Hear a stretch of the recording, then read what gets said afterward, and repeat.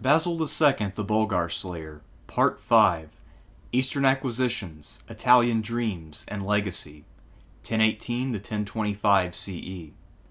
By 1018, Basil had completed his life's work, the conquest of the Bulgarian Empire. He was now free to devote the remainder of his life to other endeavors. Aside from continuing to oversee the integration of Bulgaria, Basil and his magnificent army could now pursue other, thankfully easier opportunities for conquest.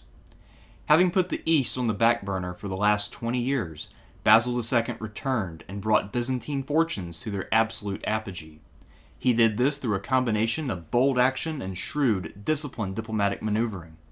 After making significant advances in the East, Basil turned his gaze westward to Italy, Byzantium's perpetual tertiary theater of operations. The brilliant Catapano of Italy, Basil Boioannis, achieved great success and set the stage for an expansion of imperial power in the West.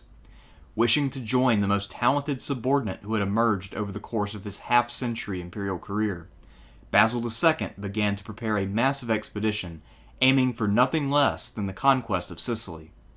However, age and the strain of decades of hard campaigning had taken their toll on the 67-year-old ruler, and he died in Constantinople, deprived of the chance to add to his illustrious career by conquering Sicily.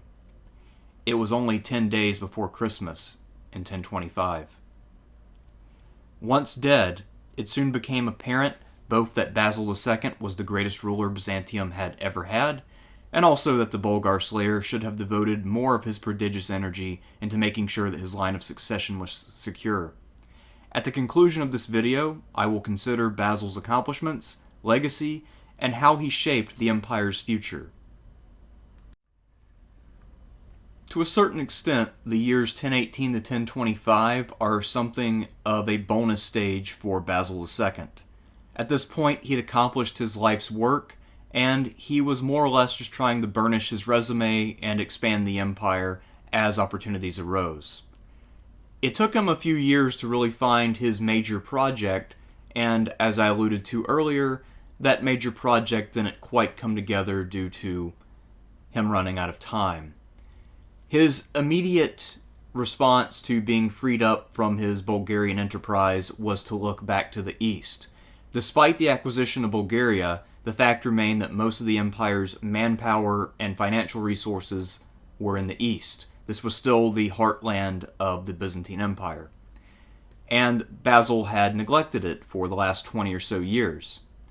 Luckily for him, not only was this the area that he most needed to defend, but the enemies that he faced were relatively weak. None of them were anywhere nearly as cunning as Tsar Samuel of Bulgaria had been, and also none of the armies that he would face were anywhere nearly so resilient as the armies of Bulgaria. By and large, even with fairly thin resources at their disposal, Basil's generals had been able to hold the line ably enough. There had been some instances of minor regression, but for the most part, the frontier had held quite well. There were two potential enemies that he faced in the east. One was the Fatimid Caliphate, a foe that he was very familiar with, and the other was a new ruler named Georgi I, who was the ruler of Abkhazia.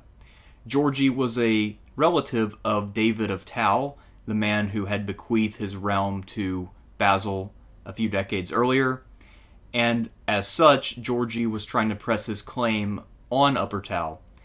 In fact, while Basil was preoccupied fighting the Bulgarians, a young Georgi had taken advantage of Basil's distraction to occupy some of Byzantium's new eastern territory.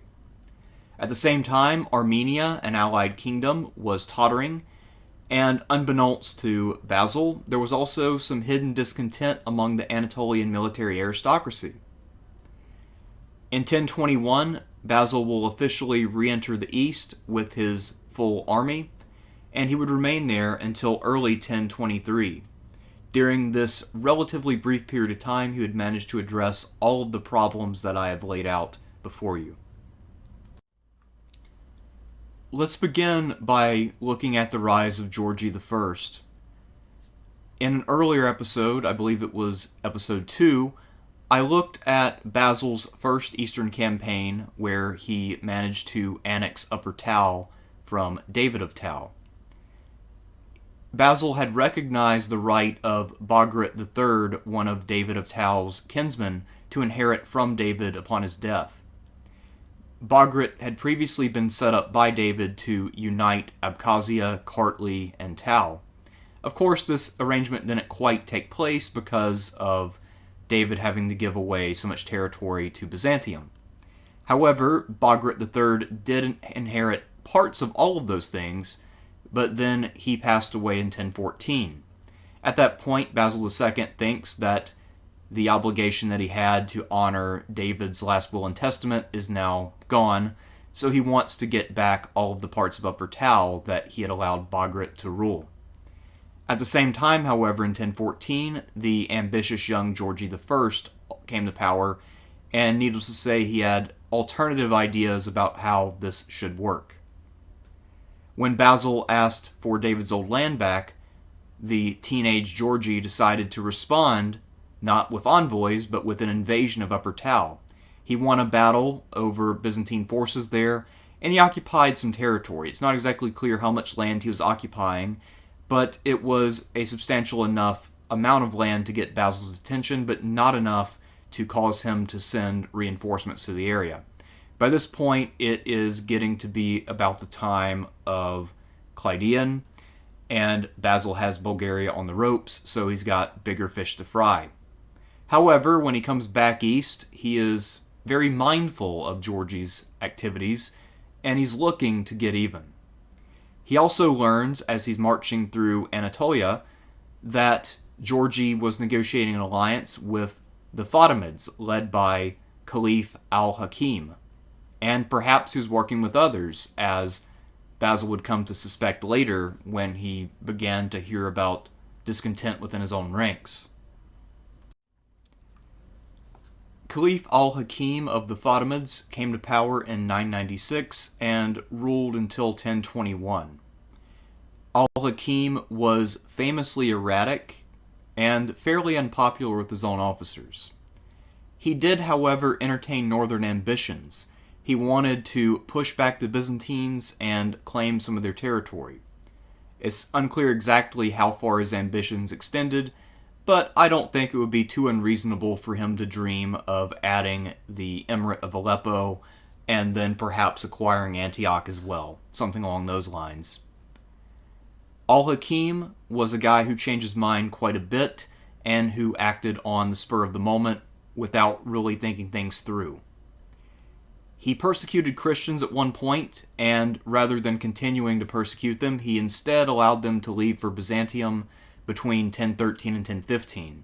Many of these Christians were then resettled throughout the empire. This ended up working out okay. At the same time, however, Basil had an ongoing embargo against trading with the Fatimids, and this continued throughout this period, although as we can see, the two empires were not at war, and Basil received the refugees from the Fatimids.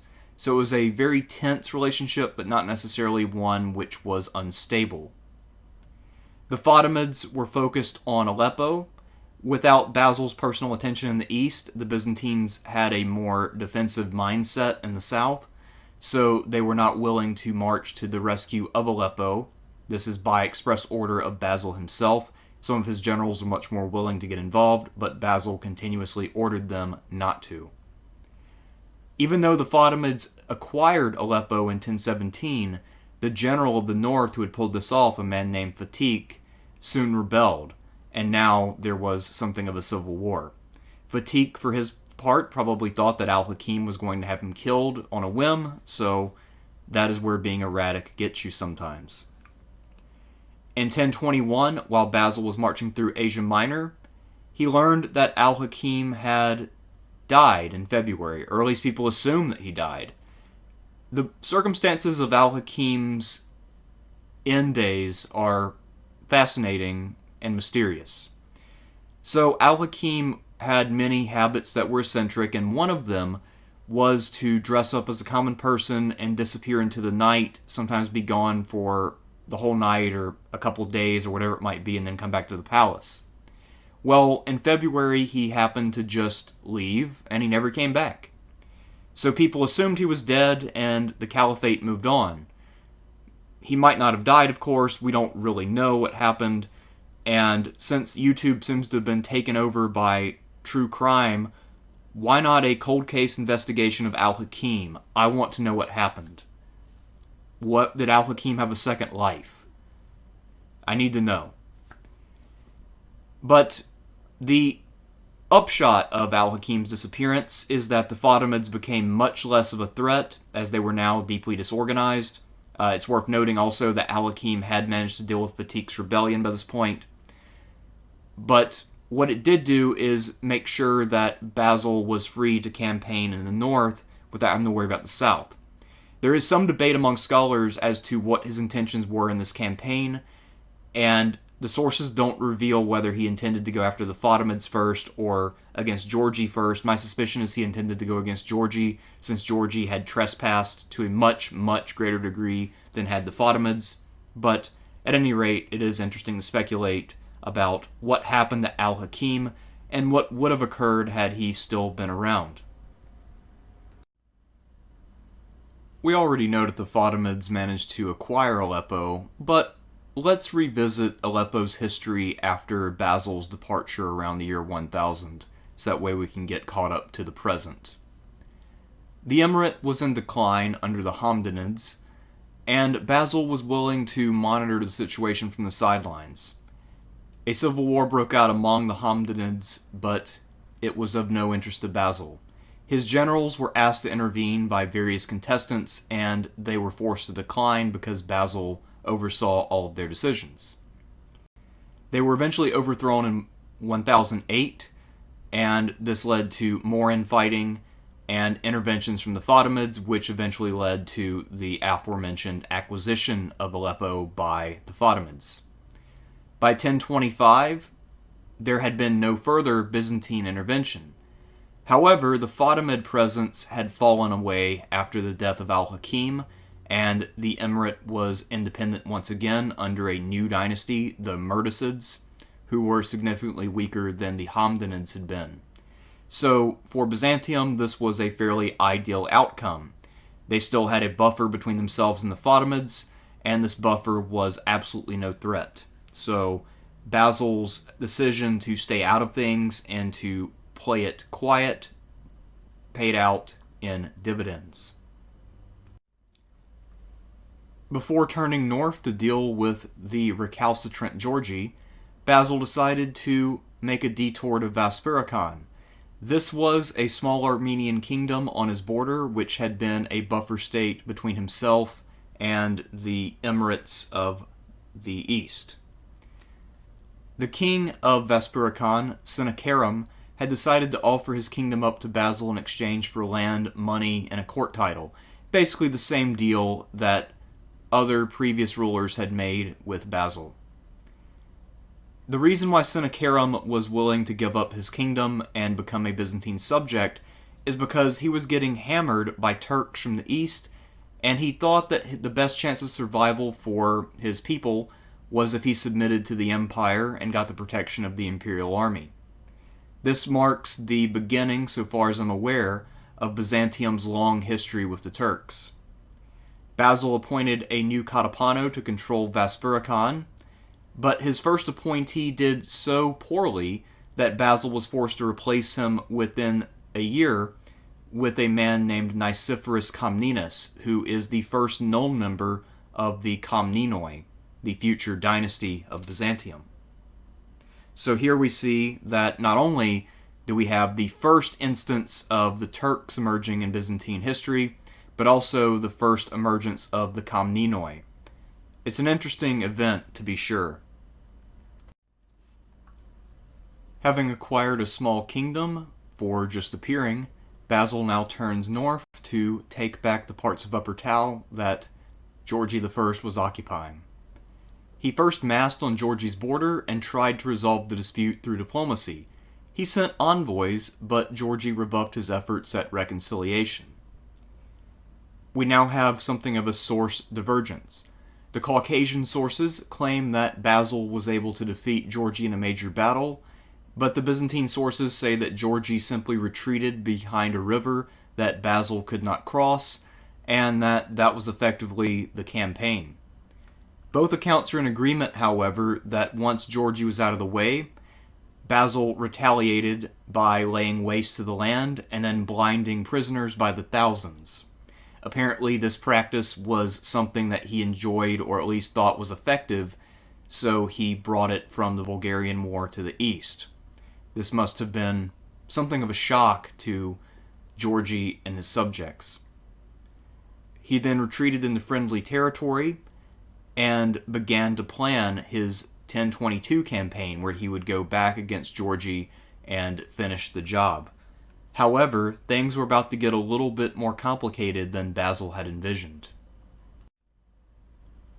Since the time of the Slavic migration and the Arab invasions, the real heartland of the Byzantine Empire had been Cappadocia. This had been the frontier that had held out against the advances of the Arabs from the east, and this is where the great families of Byzantium had established themselves and their great estates. So this was not only the heartland of Byzantine power, but also the heartland of the army. It's a place where any Byzantine emperor should feel safe passing the winter, but it was not to be in 1021-22.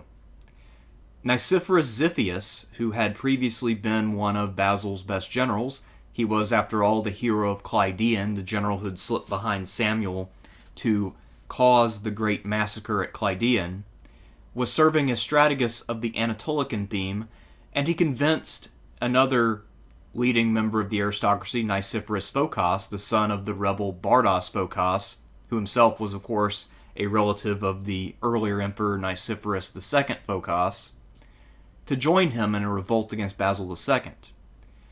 This particular Phocas had not really done anything politically, because obviously Basil, who had grown up under the tutelage of his great uncle in this case, was suspicious of members of the Phocas family.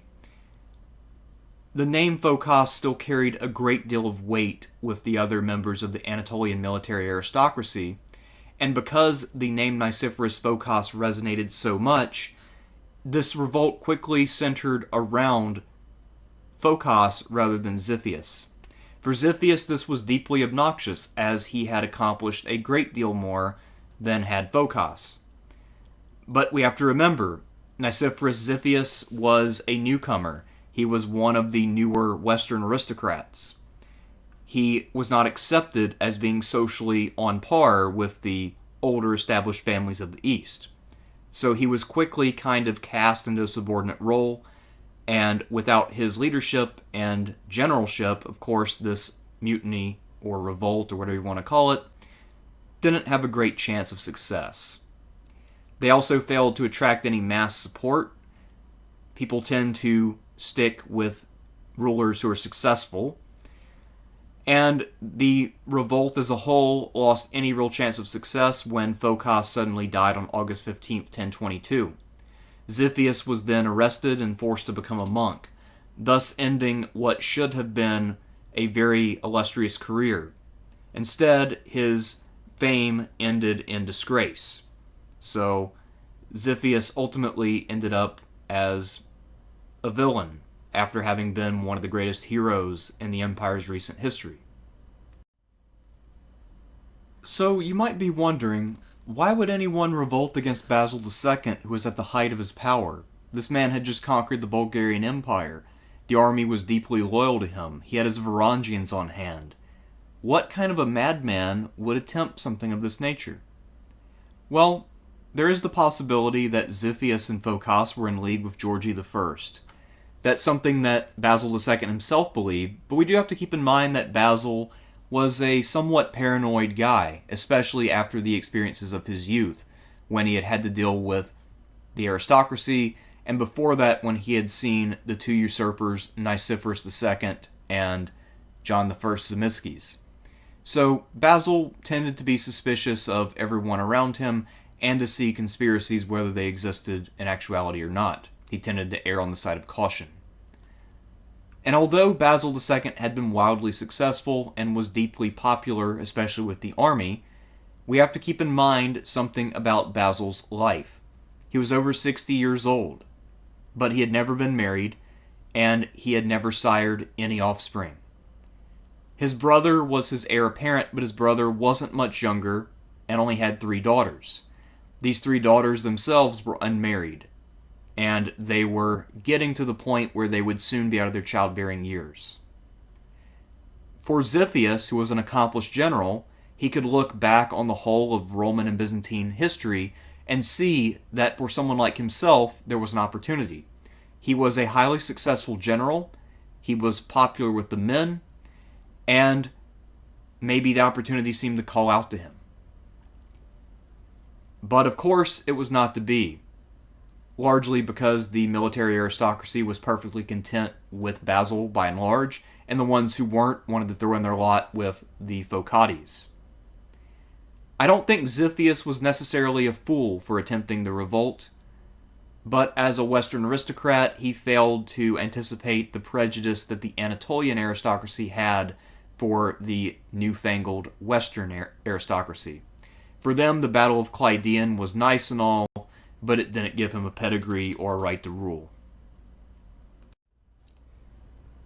Basil was surprisingly lenient towards Xiphias. He let the man live and become a monk. We don't have any evidence that he had him blinded, something that he tended to do to a lot of people. When it came to Phocas, however, he was not terribly kind to the man's body. He had Phocas's head removed and then sent to Georgie while he geared up for another campaign in the north.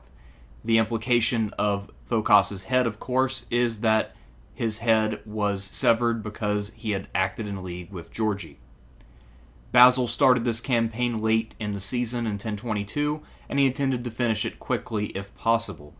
He wanted to retake the forts that David had given to Bagrat, and he demanded that Georgie surrender all of them.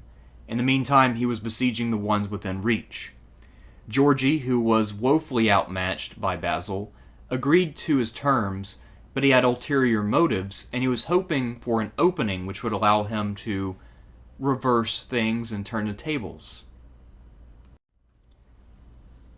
I get the distinct impression that Georgie had a very cursory understanding of the Bulgarian War.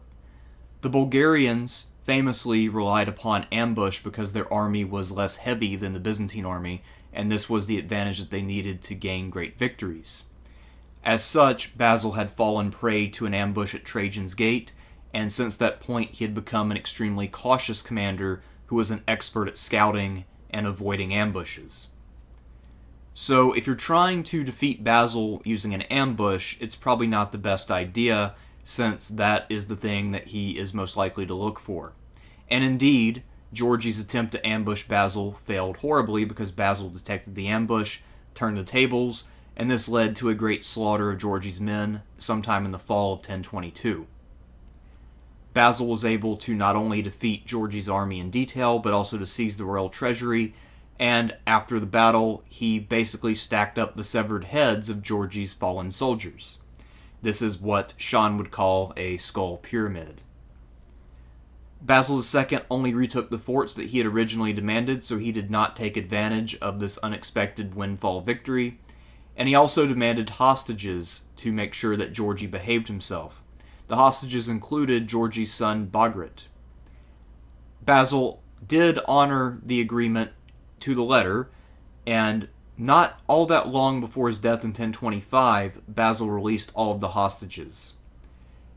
Basil was surprisingly generous towards Georgie, given that he thought Georgie was behind the mutiny, and it's pretty amazing that he didn't try to penalize Georgie further. Perhaps he thought that this was as far as Byzantium could spread in this direction at this time.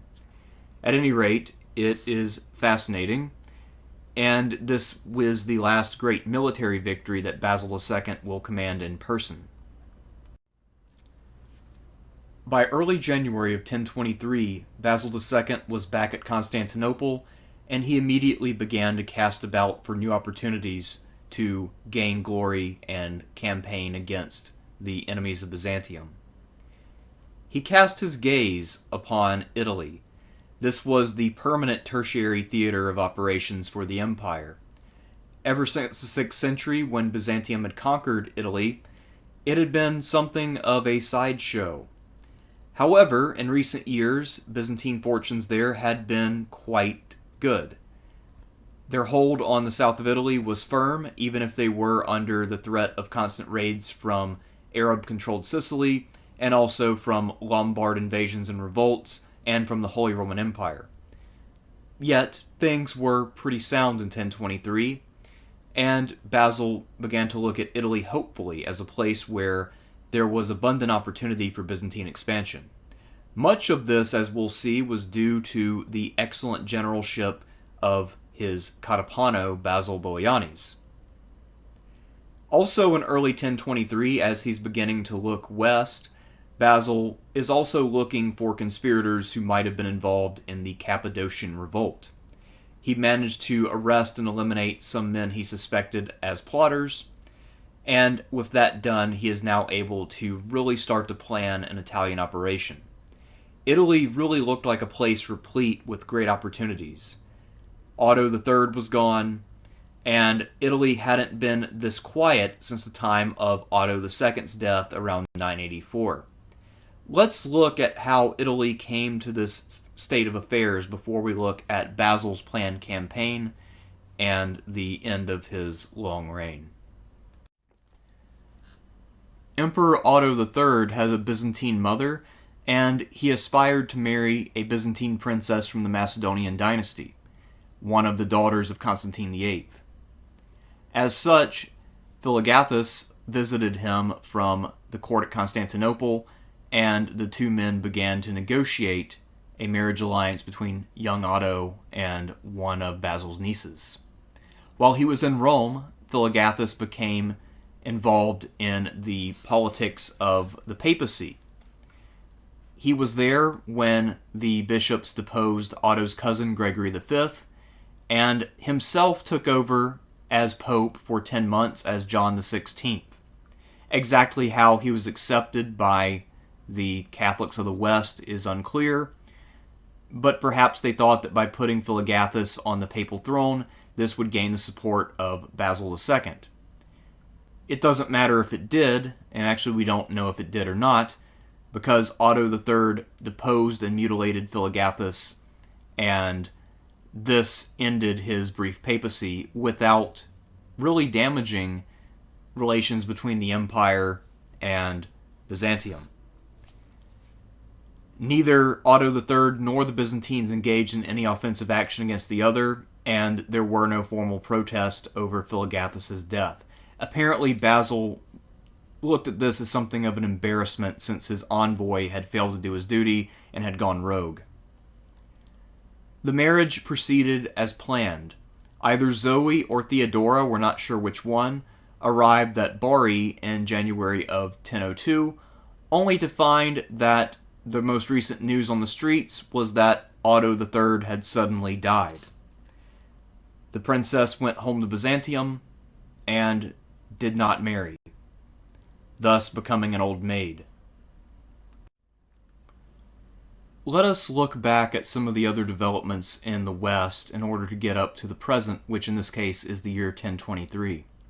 Back in 992, Basil II had negotiated for the Venetians to enjoy greater trade privileges. He had negotiated with Doge Orseolo II, who ruled from 991 to 1005, and the deal was that in exchange for the Venetians having greater access to Byzantium's ports, the Venetians would use their fleet to help ferry imperial troops across the Adriatic. At this time, the Byzantines were moving forces back and forth, and also moving officials, and they didn't really have much of a naval presence in the Adriatic, so the Venetians were able to supply that. As for the Venetians, this was greatly beneficial because they were moving a lot of their commercial interests to the east. A lot of their overland trade that they had relied upon before was being greatly disrupted by the migration of the Magyars. Byzantium, of course, also benefited as their troops were now being ferried about, and the Venetians proved to be a capable and reliable ally, at least at this time. The Venetians stepped in to relieve the siege of Bari by the Arabs in 1002, and so in the early days at least, this alliance was mutually beneficial, and both sides prospered from it to a great extent. The Byzantines very much saw the Venetians as a satellite of the empire, whereas the Venetians, for their part, saw themselves as something more. This conflict, of course, would come to a head in due time, but not until many, many years after Basil was dead. Although the Byzantine border in Italy was relatively secure, most of the threat to the existence of the Cataponate came from internal revolts by Lombard subjects. The Lombards managed to murder some Byzantine officials during the 980s and 990s, and this led to reprisals. The details of this are sketchy, but it is clear that when the smoke cleared, the Byzantine flag was still waving in the breeze. One Lombard notable actually attempted to let Arabs into Bari and tried to betray the city, but his plot was discovered and foiled. There were enough discontent Lombards and discontent Lombard nobles to lead them that it was inevitable there would eventually be a relatively strong challenge. All the movement needed was a strong leader, and eventually one emerged. The great leader of the Lombards in this period was a man named Melas of Bari. In later sources, fascinatingly enough, Melas is described as being both Armenian and Lombard. This could mean that he was of mixed stock, that perhaps some of the Byzantine soldiers settled in Italy were Armenian, and that his heritage was mixed, or it could just be that our sources really like to attribute Armenian origins to everyone. Either way, he was the premier Lombard ruler, and he would give the Byzantines in Italy something of a headache. He was able to attract enough followers to seize control of the city of Bari in 1009 and to defeat local Byzantine forces.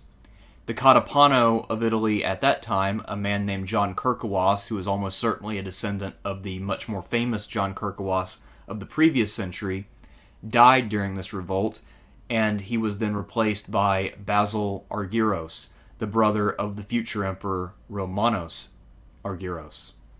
And Basil brought with him reinforcements. In 1011, Argyros was able to retake Bari, and Melas was forced to flee, but he was not finished, and in fact he would come back and present a stronger challenge in the future. The Catapano Basil Argyros awaited the return of Melas, but in 1016 he died, and his position was taken over by one of the Strategoi, Contolion Tornicus. Melas in the meantime was able to attract the support of Pope Benedict VIII, and he then hired some Norman mercenaries to assist him. This is, to the best of my knowledge, perhaps the earliest encounter Byzantium had with the Normans. In 1017, Tornicus engaged Melas in 3 separate battles, and all of them ended in something like a draw. In 1018, having read about the results of these battles, Basil II decided that Tornicus was clearly not up to the task, and he had him replaced with Basil Boioannes. Exactly what Basil Boioannes' previous career had entailed, we will never know, but he was the emperor's choice to be the new Catapano. Boioannes brought with him a contingent of Varangians and money in order to pursue the conflict against Melas. Whatever Basil II saw in the new Catapano, he made a great choice. It wouldn't take long for Boioannes to show that the emperor had been right to pick him, and also that he was in his own right one of the greatest generals Byzantium had ever produced. In October of 1018, the same year that he had taken over as Catapano, Basil Boioannes squared off against Melas at Cannae. Famously, of course, Cannae had been the site of a rather famous battle of antiquity some 1,200 years before. Melas had a strong contingent of mounted Normans under the command of a Norman nobleman. Boioannes' army is not quite known, but we do know that he had a Varangian contingent who would have been equipped pretty similarly to the Normans.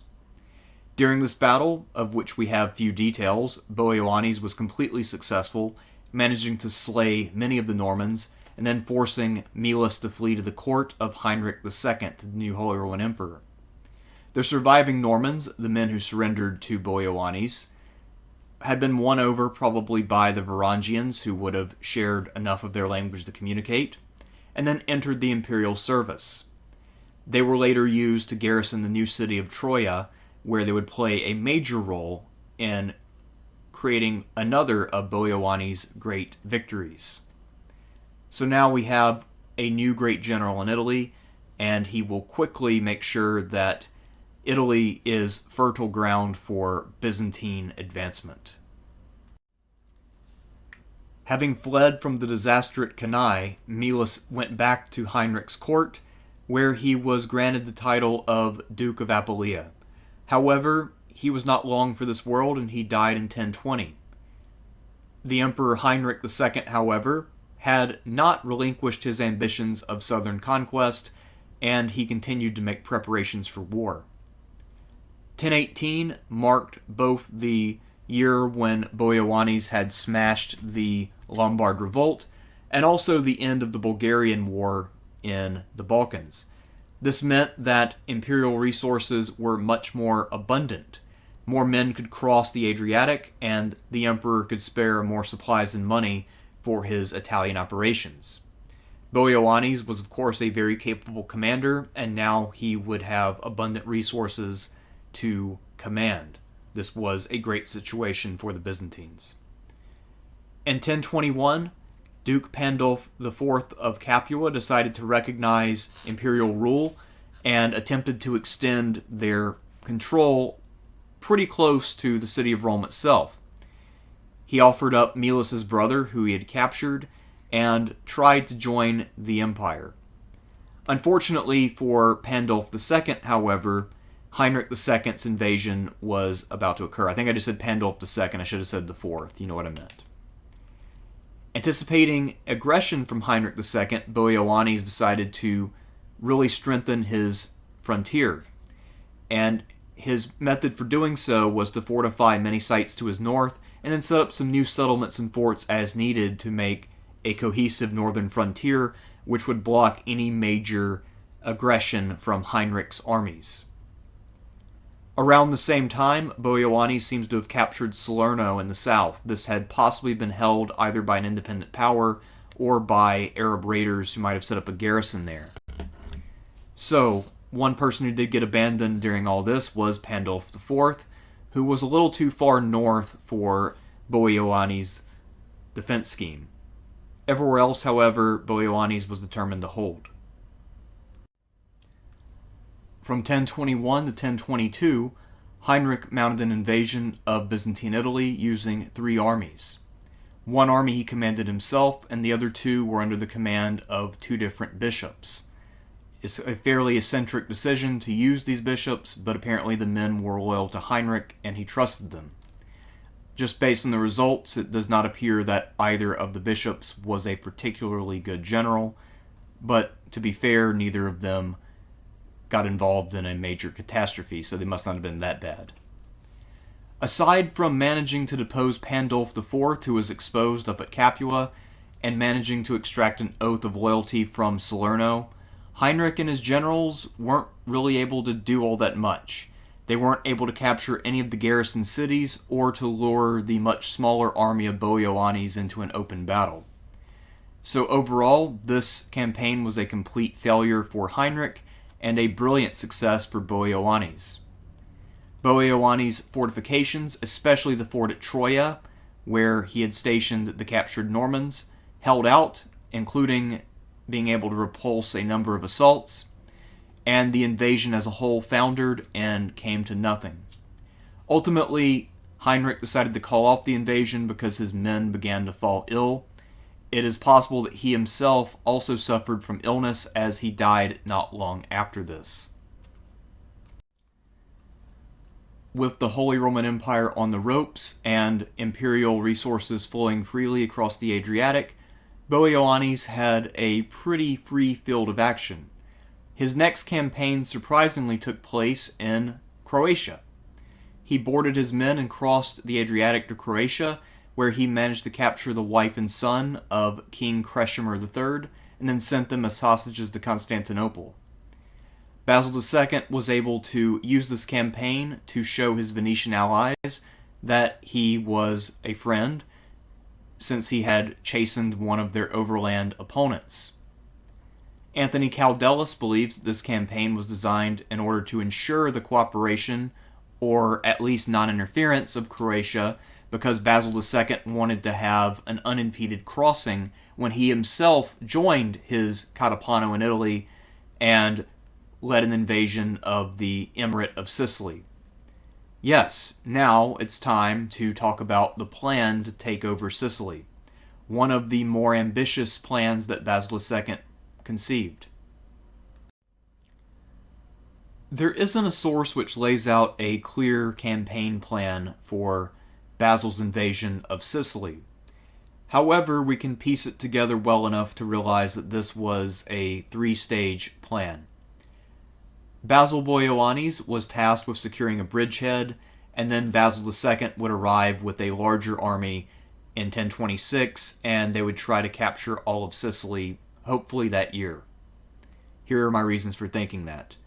Boioannes was securing a line of supply from Rhegium. He fortified the harbor and then crossed over to Messina, where he was then joined by a contingent under the imperial general Orestes, an otherwise unknown man who was leading reinforcements.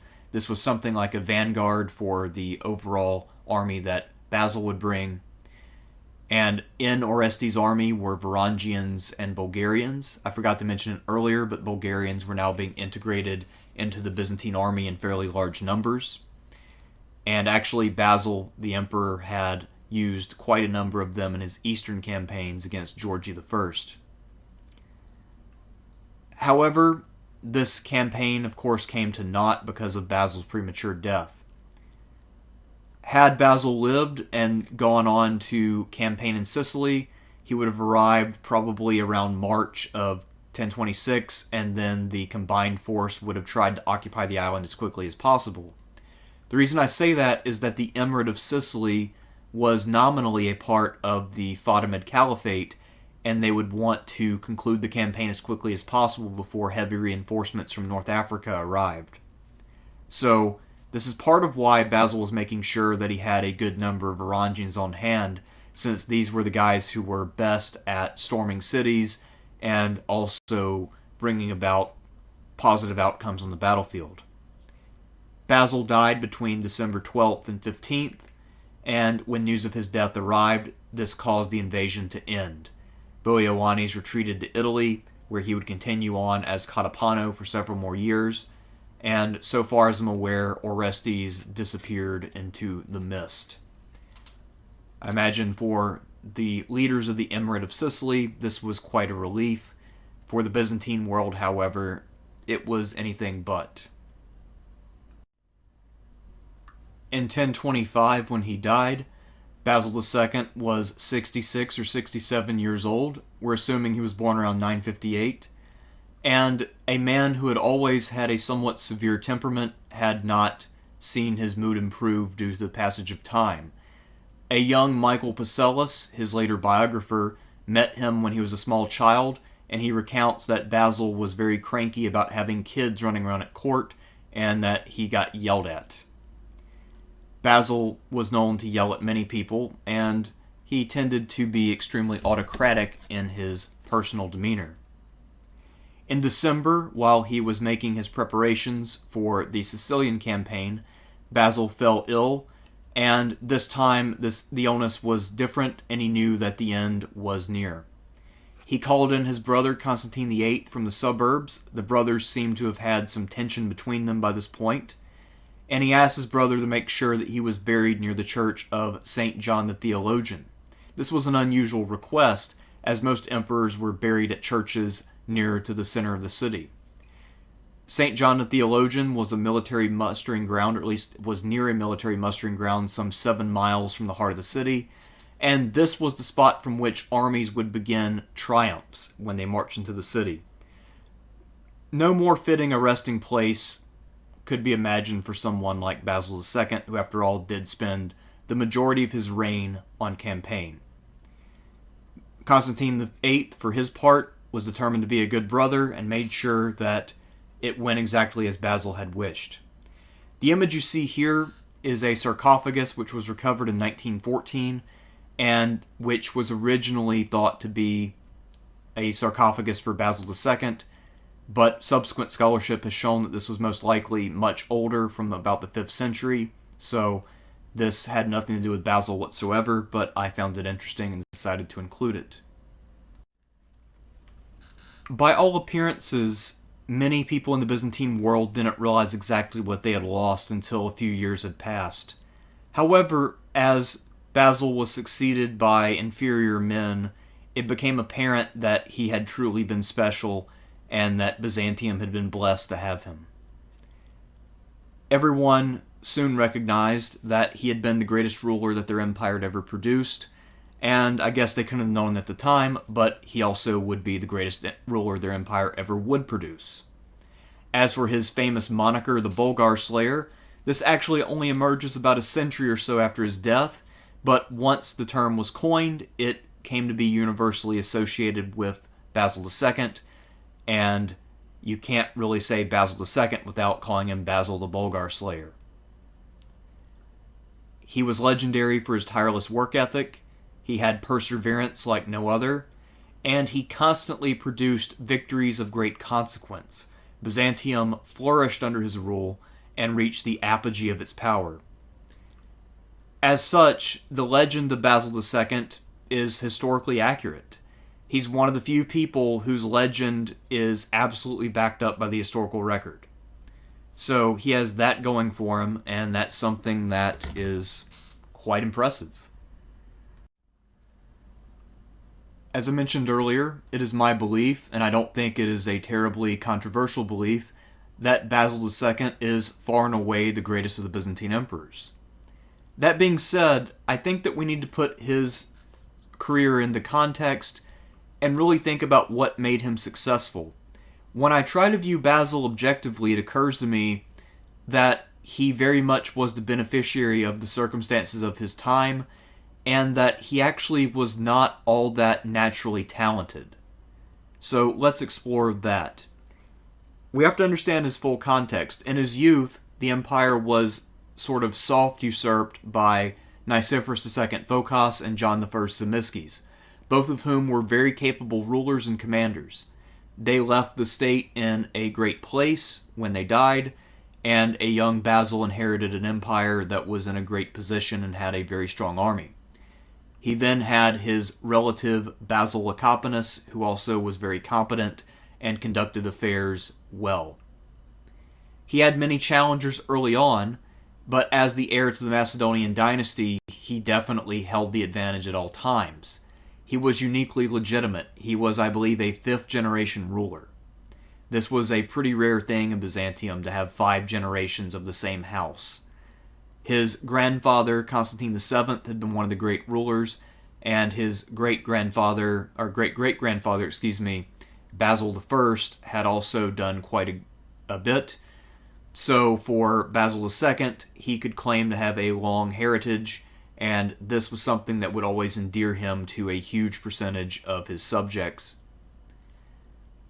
He achieved a great deal militarily. I think it's easy to say that he achieved more militarily than any other ruler, and it's not that close. However, it is worth noting that there is no evidence that Basil was anything close to a military genius. His victories came about due to diligence. As I said, he was an obsessive scouter after Trajan's Gate. He almost always had numbers. It appears that at any given time, especially when he was fighting Bulgaria, he had both the larger and higher quality army. And the Varangian Guard, once he acquired that, became the chief tool that he relied upon to bring victory. So, although Basil achieved a great deal, it was not because of talent so much as application and resources. And this does not take away from what he achieved, but we have to understand that if we were to drop him into a vacuum, where, say, he had only an average army, we would be foolish to expect him to start performing like the Bulgar Slayer. It was only in the context of his time that he was able to achieve what he did. If someone of his harsh temperament had emerged in a different period as ruler, then he might well have ended up being a great deal more like Justinian II than what he ended up like. The empire was very prosperous at this time as well. Not only did the empire hold a lot of territory, but things were generally going well economically. They were bringing in a lot of revenue, harvests were good, we don't hear about any real famines or anything like that in Basil's time.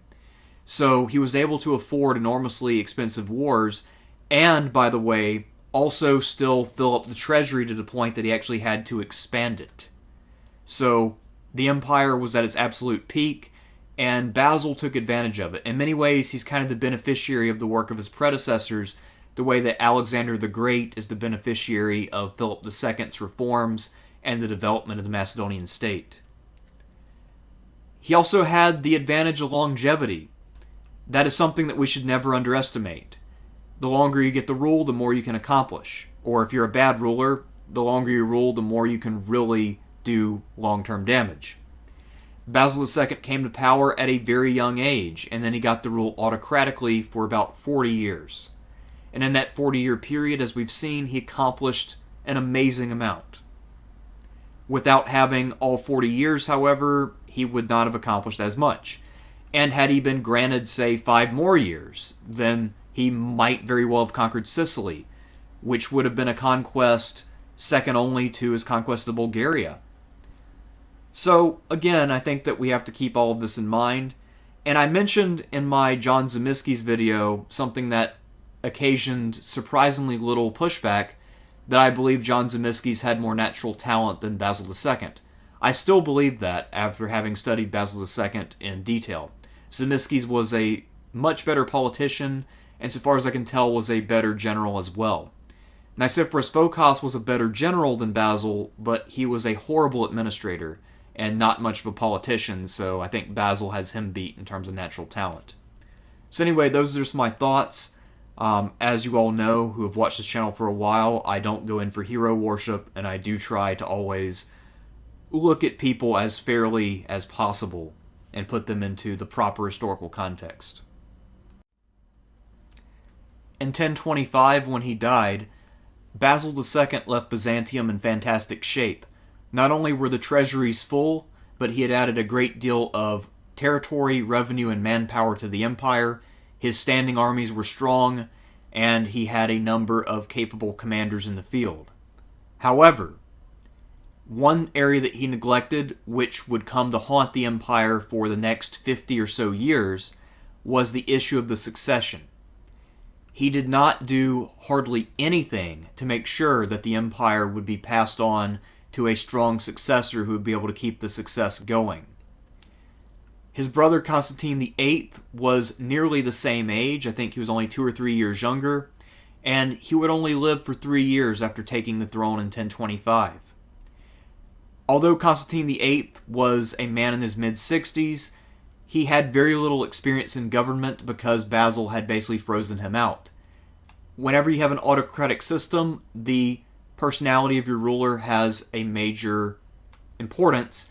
And in the case of Basil, his overbearing and paranoid nature had caused Constantine to largely withdraw from public life and to stay the hell out of government lest he attract his brother's envy or paranoia and wind up dead.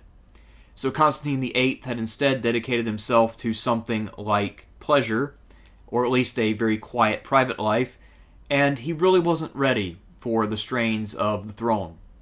Constantine VIII had 3 daughters, all of whom were unmarried, and all of whom were over the age of 40 in 1025.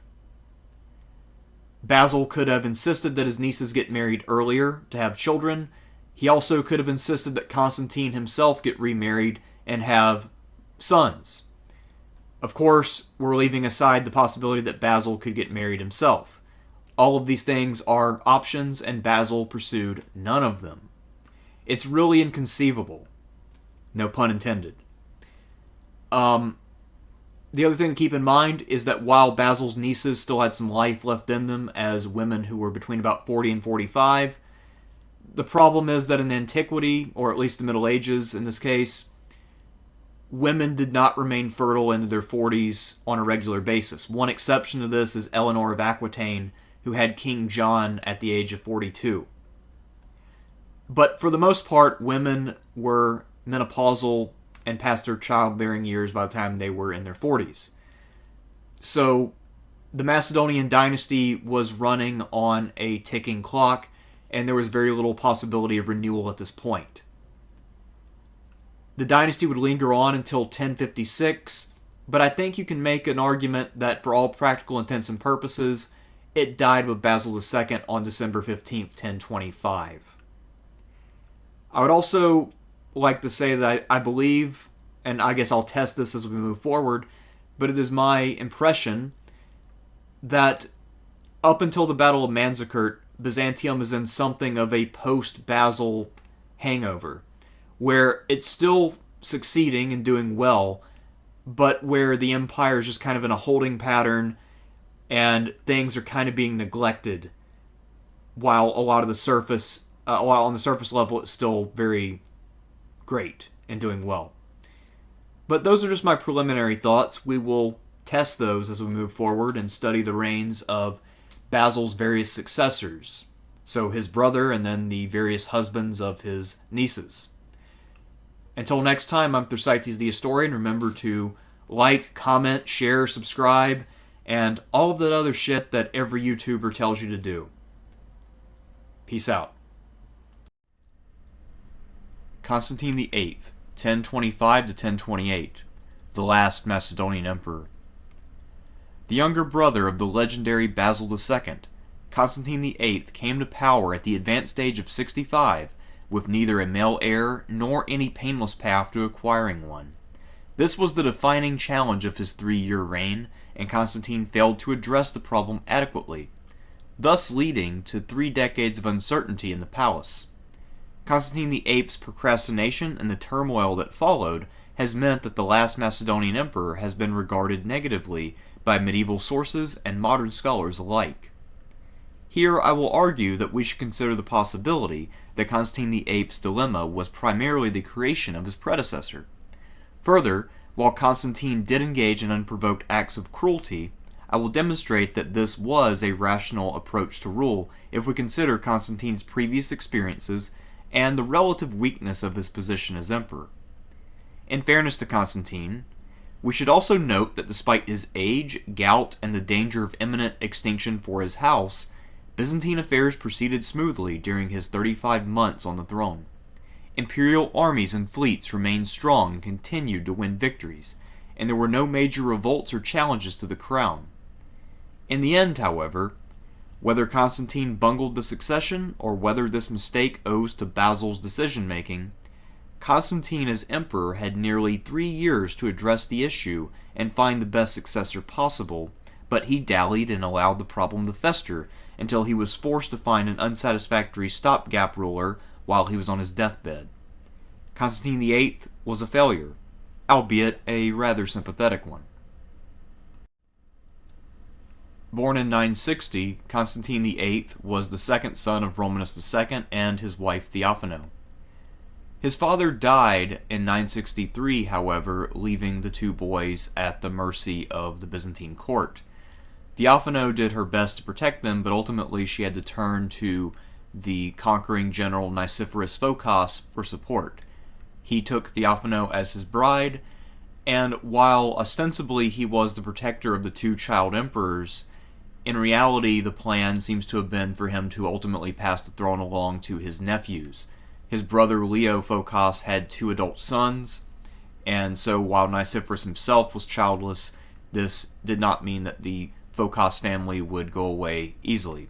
Most likely it would be a scenario pretty similar to what we saw with the Lecapenus clan, where the idea was that Constantine VII would remain a crowned monarch, but power would still reside in the family of Romanus Lecapenus. So most likely that was what Nicephorus Phocas was planning to do. We can only imagine that for both Basil and Constantine, This was a learning experience and something that they were desperate to avoid in the future. Eventually, of course, Nicephorus II was assassinated by his nephew John Zimisces, but that did not lead to the restoration of Basil's power, but rather the implementation of yet another supposed guardian, this time John Zimisces himself. He seized power and ruled for several years until he too died in 976, and now the two brothers were finally free from these guardians who were clearly aiming for the throne and trying to cut them out of their birthright. Now they would start to have to battle against ambitious aristocrats, however, and during this period, which was a trying time for Basil, Constantine would be at his side and would provide valuable aid. Their father died when they were young, and their mother was cloistered after the death of Nicephorus Phocas, so we have to imagine that life was fairly lonely for the two heirs of the Macedonian dynasty, and that they grew up fairly close to one another. Pacellus certainly makes it seem that the two of them liked to drink and have fun in their 20s at least, and this was probably something that carried over from their childhood. Constantine actually had a more kingly look to him than Basil did. Constantine was taller, better looking, more charming, and probably possessed more natural intelligence than his older brother. Basil, as we discussed, mostly got where he was by force of will and perseverance and work ethic. Constantine was a bit more of a natural, but didn't have the same drive or determination. However, he is not so easygoing and lackadaisical as someone like Pacellus makes him out. We know, for instance, that after the disaster at Trajan's Gate, when Basil was challenged by the revolts of Bardas Sclerus and then Bardas Phocas, that Constantine was active in repressing the rebellion. In 989, there was a decisive battle at Abydos, and in that battle, Constantine took the field in person alongside of his brother. While the most accepted narrative of this battle is that Bardas Phocas, who at this time was around 50 years old, had sort of a stroke or a heart attack as the battle was breaking out, there's another version, possibly spread by Constantine once he became emperor, that he himself had killed Phocas in battle. We also have an impression of him at this time where he was wielding a long spear, and because he's this tall, athletic guy, he apparently looked rather imposing and intimidating. It's also possible that Constantine took the field again in 995 when Basil ventured into the east. Aside from that, we don't have a lot of firm attestations about what Constantine was up to during Basil's lengthy reign. The traditional narrative is that Constantine VIII was a lazy do-nothing and that he sat idle for 50 years while Basil II was trying his damnedest to conquer the world. I personally find this narrative to be inadequate and unconvincing.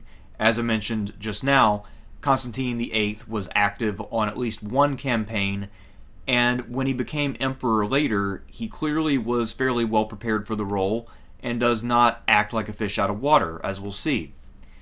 So, the question for me is, what was he doing during that time? I just don't buy the narrative that he simply retired from public life and pursued pleasure for decades, and that he was perfectly content with that arrangement. So what I'm going to do is engage in what amounts to pure speculation based on a little bit of circumstantial evidence. I believe, in essence, that the two brothers hammered out an arrangement whereby Basil decided that he would exercise 100% of the power and that Constantine would be sidelined. That way there would be no one who could challenge his authority because Constantine is the only other potential heir at this time. In exchange, Basil would not produce sons, and the heir to the throne would ultimately be the child of Constantine. So the idea is Basil claims the present but gives his brother the future. And the reason I think that this is the case, we know that Basil didn't marry. He could have married at any time, especially after it became clear that his brother was only siring daughters. As for Constantine, he spent most of his time working with his daughters, we know that he was a fairly devoted father. And as I mentioned before, we also know that he was someone who clearly had an interest in politics and some knowledge of it. So it doesn't appear that he was necessarily content with the limited role that he did have. I also believe, based upon this, that the ultimate succession crisis, where there is no Macedonian male heir and the two men are growing older, and then Constantine's daughters are passing out of their childbearing years, I believe that that mostly was the creation of Basil II rather than Constantine. Basil II, of course, was very autocratic and very jealous of his power, so he would be the one who would arrange any marriages involving his nieces. So the fact that they were not married and had not given birth to offspring, I believe, had to be the decision of Basil and not Constantine. Had Basil been eager for them to marry and reproduce in order to perpetuate the Macedonian dynasty, then certainly Constantine's objections would not have stopped Basil, nor would the objections of his nieces. Basil was not the type of guy to accept no for an answer. And we have some evidence that Zoe was actually interested in getting married, but for whatever reason she couldn't, and my suspicion is that the reason was her uncle. So, in essence, the way I see Constantine is as a case of ambition thwarted.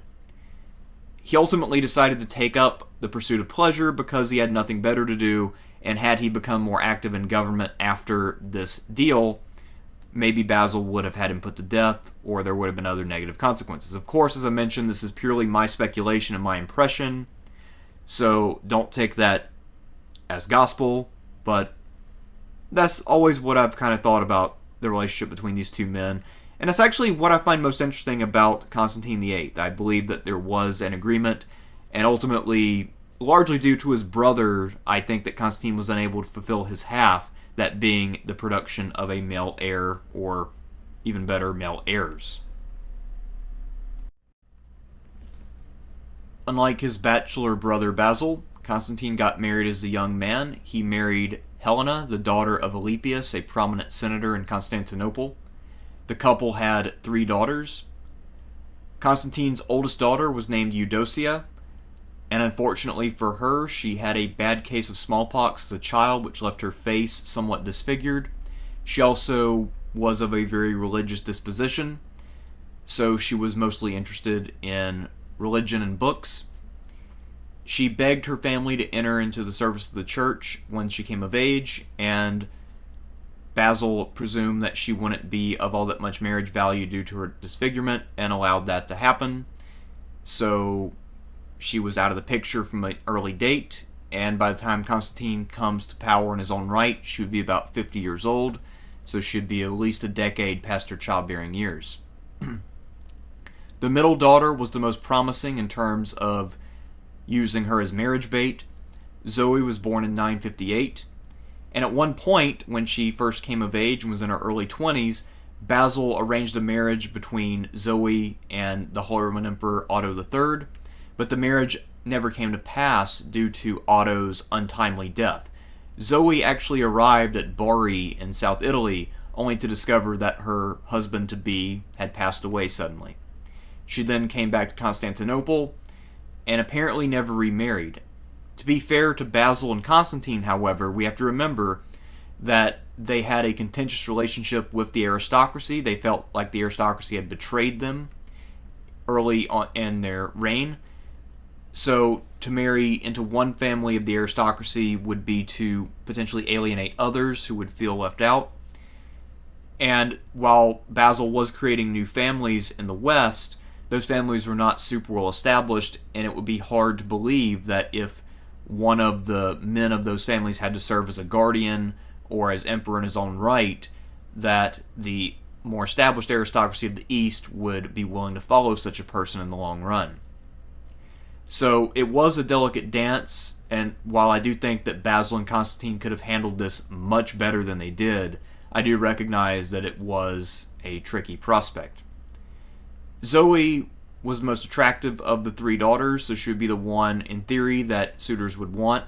Although, if you think about how power-hungry aristocrats typically are, I don't see why they would object to Eudocia or Theodora, really, because the power that comes along with marrying the daughter of someone who doesn't have a son, if they're a ruler, well, that, I think, more than makes up for a little bit of plainness.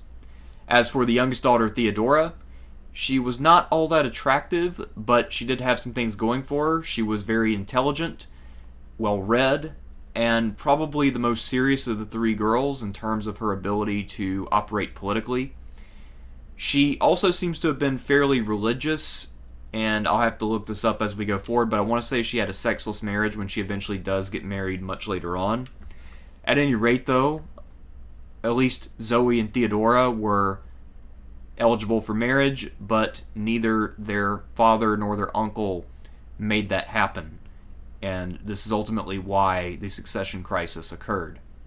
By the time that Constantine comes to power, his youngest daughter is at least 45, and at this time, women did not have as long of a time when they were able to reproduce as women do now because of nutrition and other factors. So all of the daughters of Constantine were well past their childbearing years, and the dynasty was already basically screwed by the time that Constantine came to power in 1025. In December 1025, Basil II was readying himself for an Italian campaign, but then he fell ill, and he summoned his brother from the suburbs to come to the palace in order to take over the reins of government.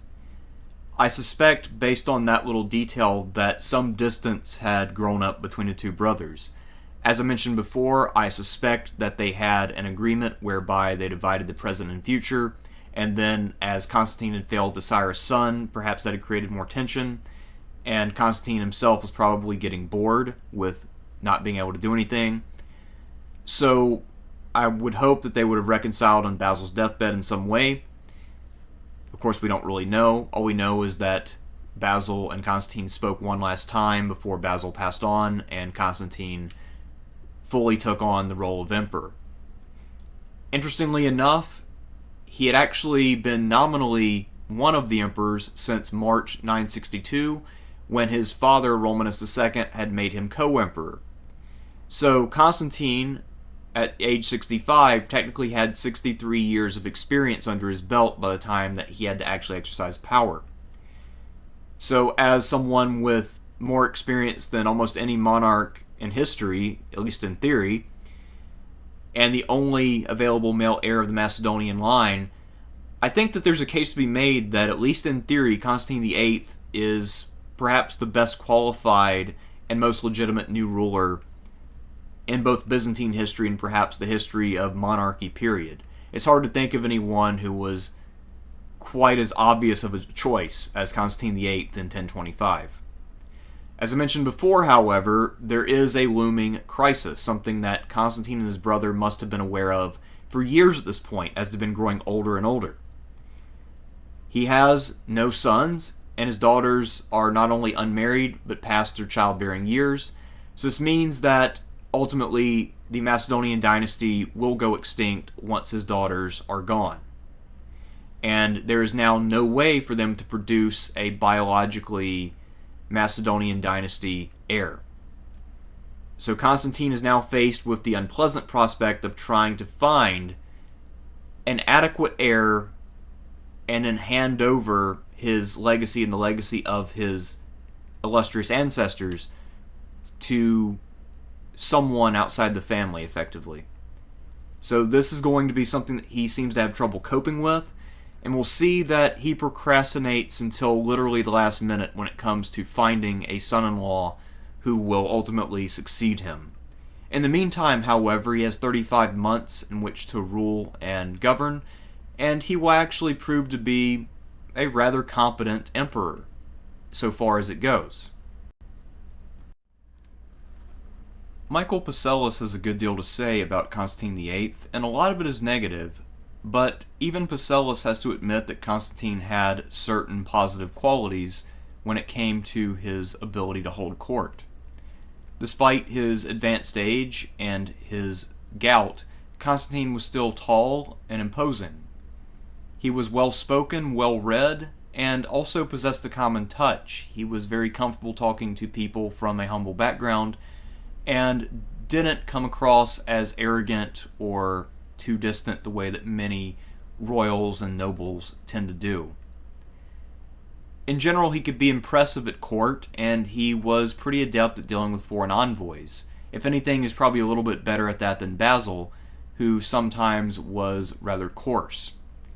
Now, technically, Pacellus does say that Constantine only had a smattering of education and that he's trying to imply Constantine was a bit on the dumb side, but that's an unfair judgment, and it seems that Pacellus regarded anyone who was not a fellow scholar as basically just someone with a dirt education. We have to remember, though, Constantine VIII was not a scholar by training, but if Pacellus is allowing that he's reasonably well-spoken and had some smattering of culture, that the truth is Constantine was a lot better educated than most people. Maybe he wasn't quite a scholar, but he probably wasn't that far removed from it. Constantine was a man who enjoyed his pleasures. He liked racing. Sometimes he participated, sometimes he watched. He also was a devotee of the hunt, and he also enjoyed various gambling activities and board games.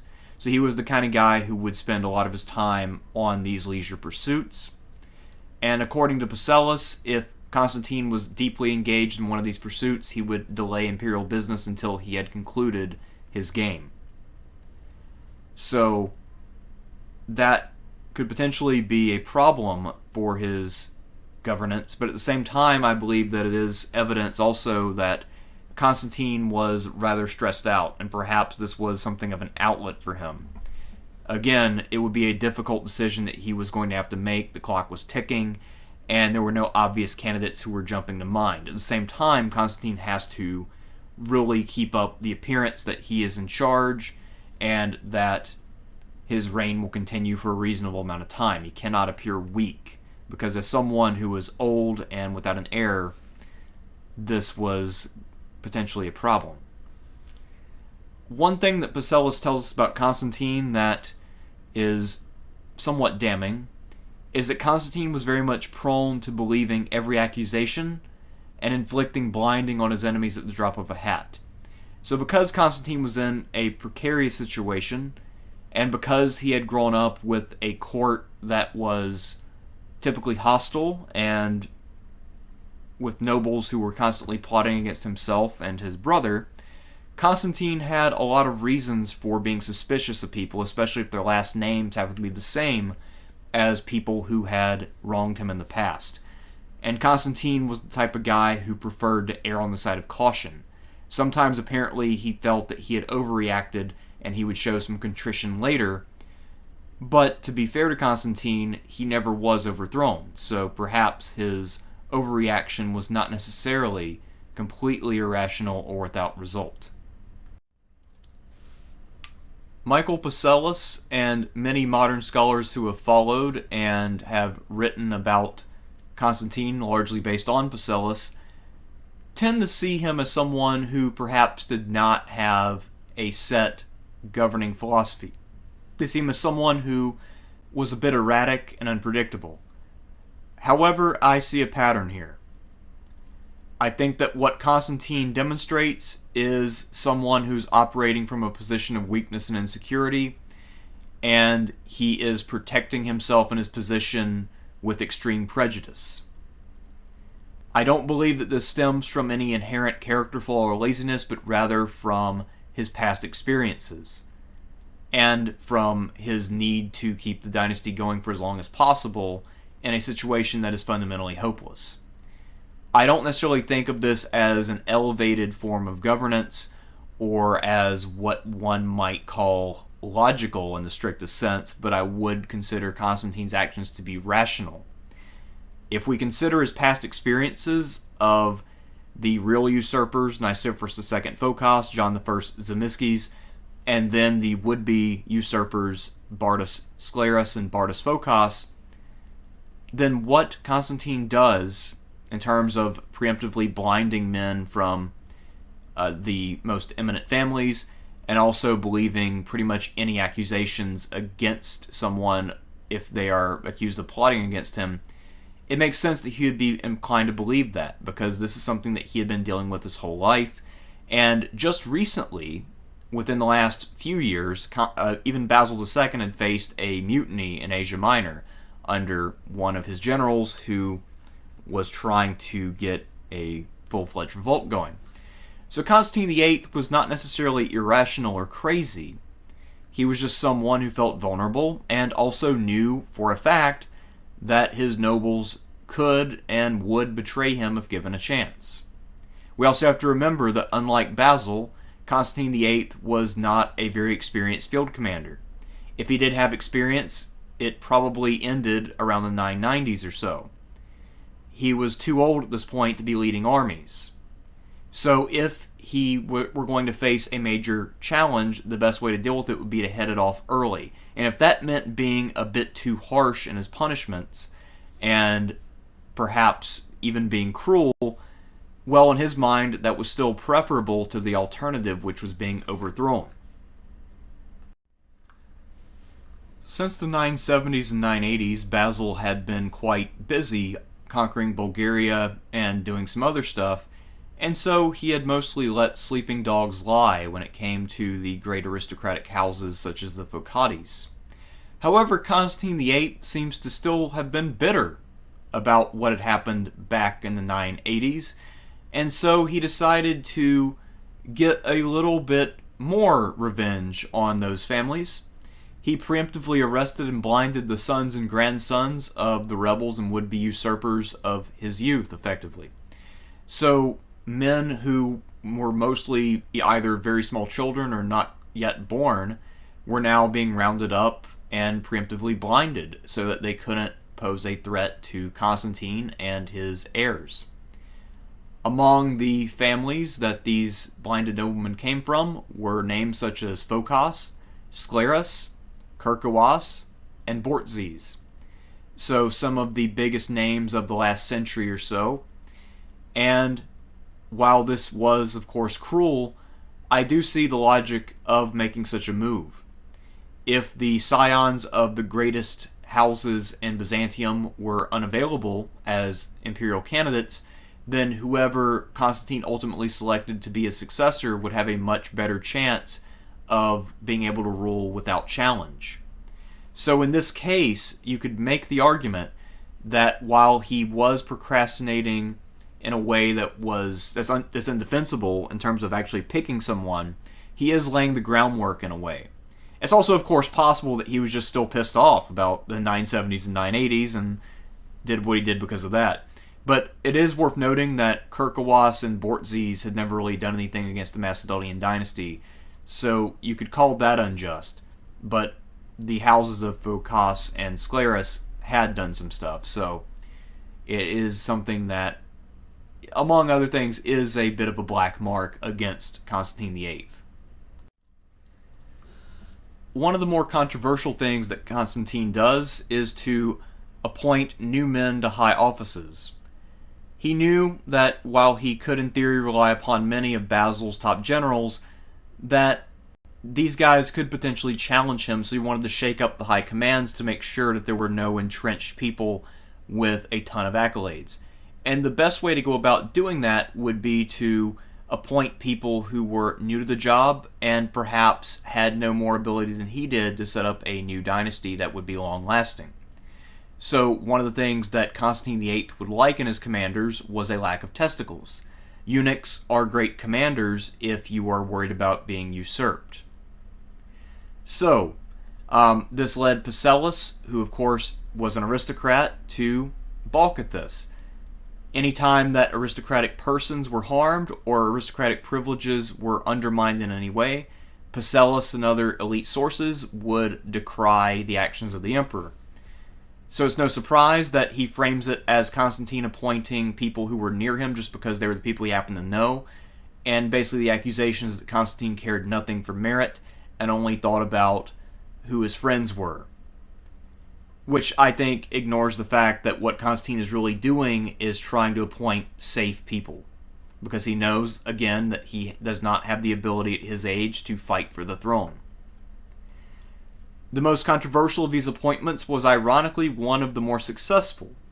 The eunuch Nicholas was appointed domesticus early in Constantine's reign, thus becoming the first eunuch to hold that particular post. Domesticus, of course, being the commander-in-chief of the Eastern armies for all practical intents and purposes.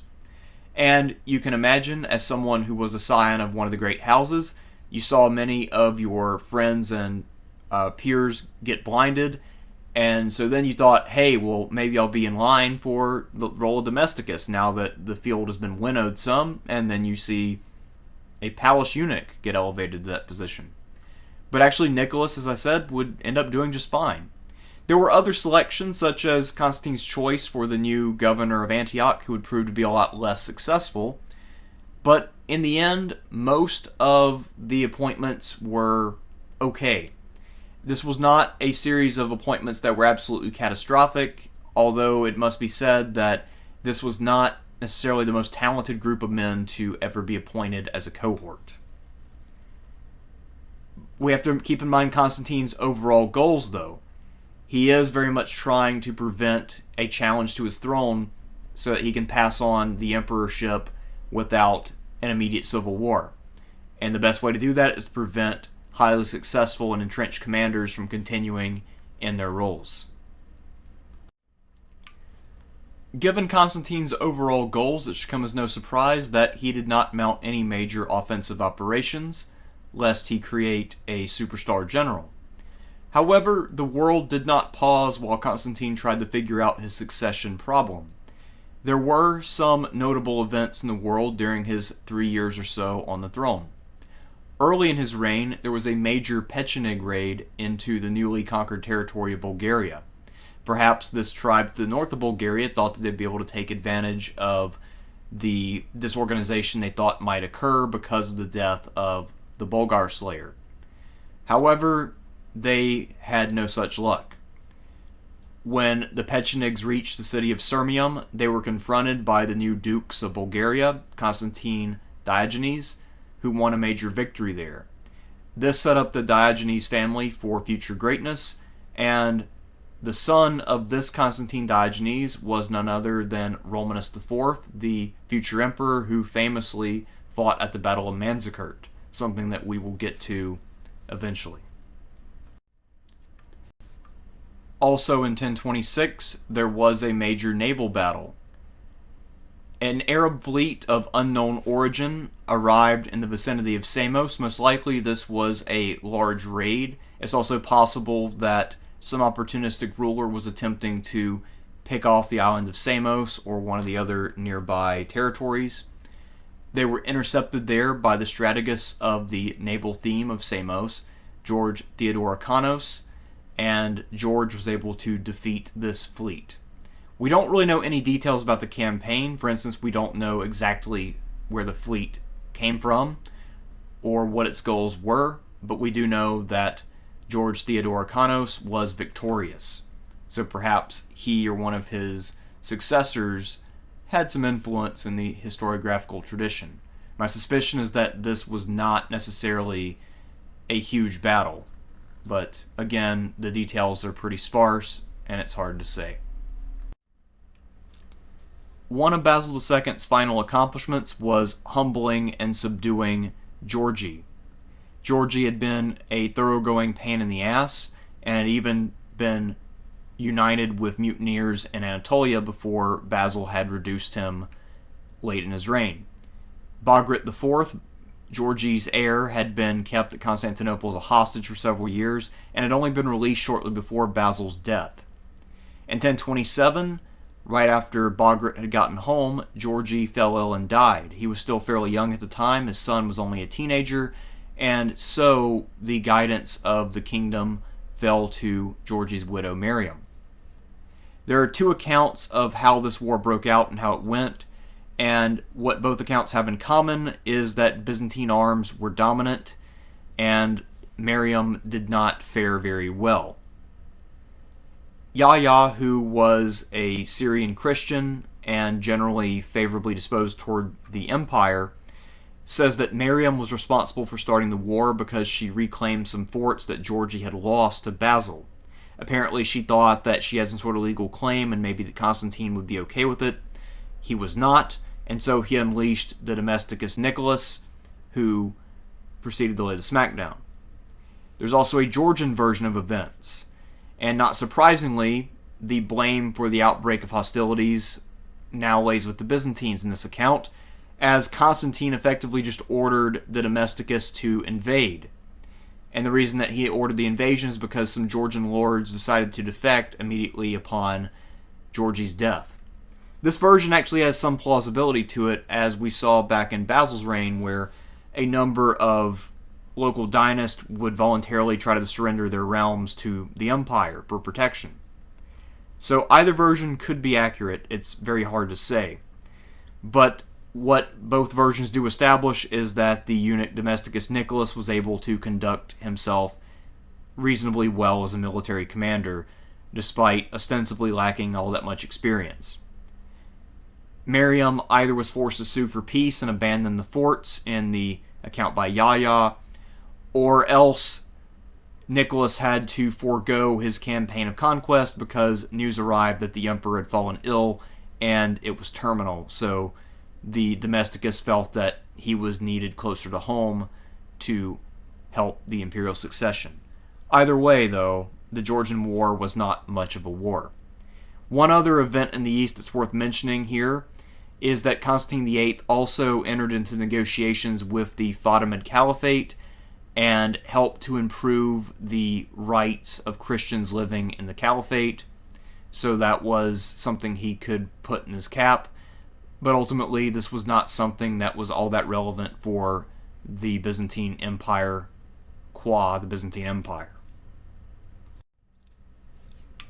No matter how charming Constantine VIII was to visiting foreign dignitaries, and indeed there are foreign sources which show that people found him to be a charming and fairly impressive guy, and no matter how many victories his armies and fleets managed to win, the fact remained that there was a ticking clock, and that it was ticking just a little bit louder every single day.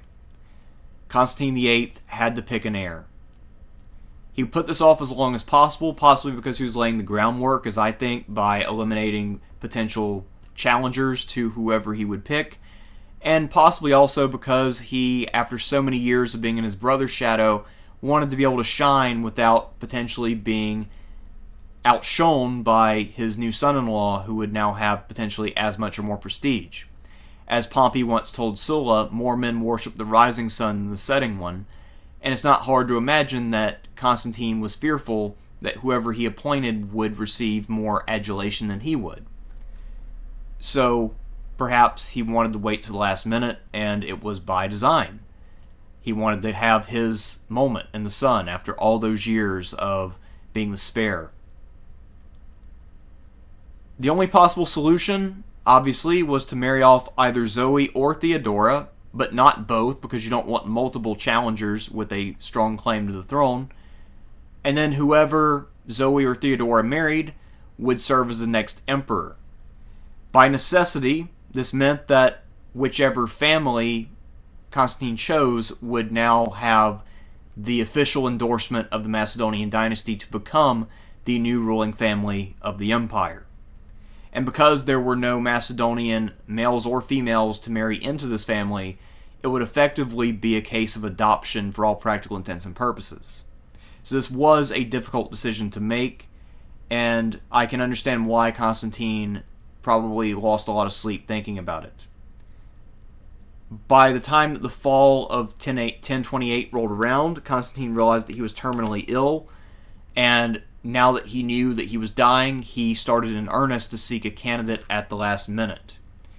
Pacellus does say that Constantine hadn't really been doing his homework very carefully, and that he had not really done nearly enough to familiarize himself with the various men in the Senate at Constantinople and some of the other potential candidates, which could in fact be true. I think that Constantine was putting this off as much as possible and trying to play coy, lest he, might elevate someone's hopes and then dash them, thus creating enemies and problems for the future.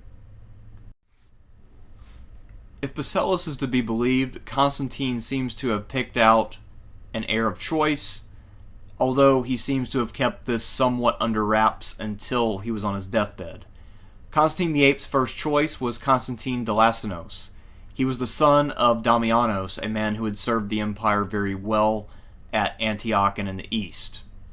The Delassinos family was one of the very few which had some stature in the empire and yet had never betrayed or challenged the Macedonians.